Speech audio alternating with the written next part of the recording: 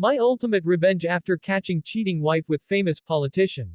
Reddit cheating stories. I never thought the woman I loved for 10 years, the one who promised me forever, would destroy my heart in one night. But betrayal has a way of showing up when you least expect it, and that night changed my life forever. It all started on a quiet Thursday evening.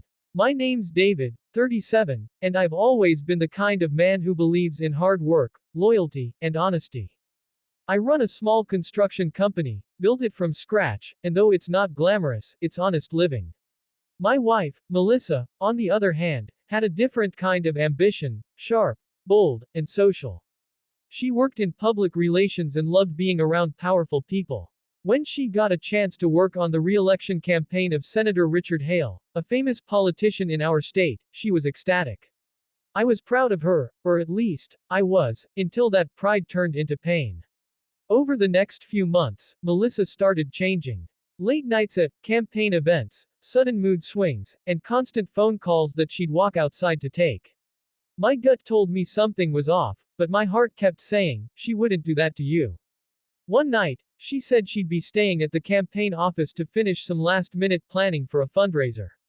Something inside me, that gnawing whisper that never lies, told me to check for myself. I drove to the hotel where the campaign staff was supposedly staying, parked a few blocks away, and waited. My heart raced as I saw her familiar car parked outside. When the hotel elevator doors opened to the penthouse level, I could hear faint laughter echoing down the hall. Then, through the slightly open door of the senator's suite, I saw what no husband should ever have to see. Melissa, in his arms. The same woman who used to look at me with love now looked at another man like I never existed. I froze. My entire world shattered in seconds. I wanted to burst in, scream, throw punches, but I didn't. I turned around, walked out, and drove home in silence. That night, I didn't cry. I didn't rage. I just sat on the edge of our bed and stared at the empty pillow beside me, realizing that my marriage had died long before I saw the proof. But I wasn't going to let her walk away clean. Over the next week, I gathered everything, photos, messages, and videos from security cameras she didn't know I'd installed in our home office. I didn't want revenge through violence or scandal. I wanted justice that would hit her where it hurt most, her pride in her public image. See, Melissa loved attention, loved being admired. And Senator Hale. He was running on a family values campaign. The hypocrisy burned me alive, but it also gave me the perfect weapon. I spent days crafting a plan, calm, strategic, and patient. I contacted a journalist I knew from a previous project, someone known for exposing political corruption.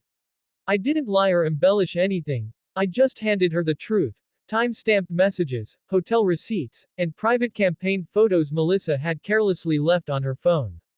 The story broke 3 days later. The headline read, Family Values Senator Caught in Scandalous Affair with Married PR Consultant. The internet exploded. News channels ran the story 24/7.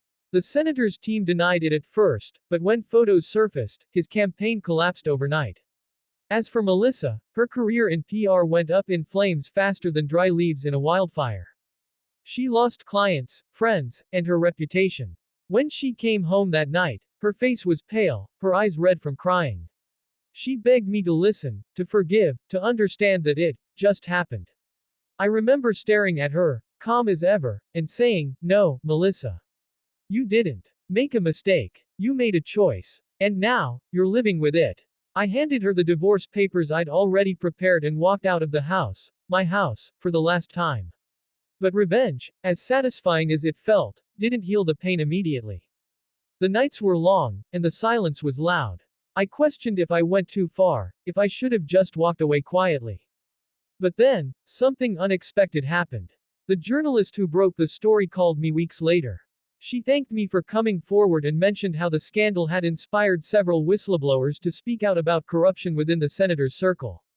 My revenge, which began as personal pain, ended up exposing much bigger wrongdoing. Months passed. I moved into a small apartment, focused on rebuilding my business, and eventually found peace. I started volunteering for a charity that helps men going through divorce and betrayal, and that gave my pain a purpose. One afternoon, I received an envelope in the mail. It was from Melissa. Inside was a letter, simple, raw, and full of regret. She said she lost everything because she couldn't see what truly mattered until it was gone. I didn't respond. I didn't need to. Sometimes, silence is the loudest answer. Today, I'm not the same man I was before that night. I'm stronger, wiser, and finally at peace with what happened. Life taught me that revenge might give you closure, but true healing comes when you let go and rise above the people who tried to break you. So if you're ever betrayed by the one you trusted most, remember this: you don't have to destroy them to win. Just live so well that they have to watch from the ruins of what they chose over you. And that was my ultimate revenge. Moral: sometimes, the best revenge isn't revenge at all. It's reclaiming your life, your peace, and your power.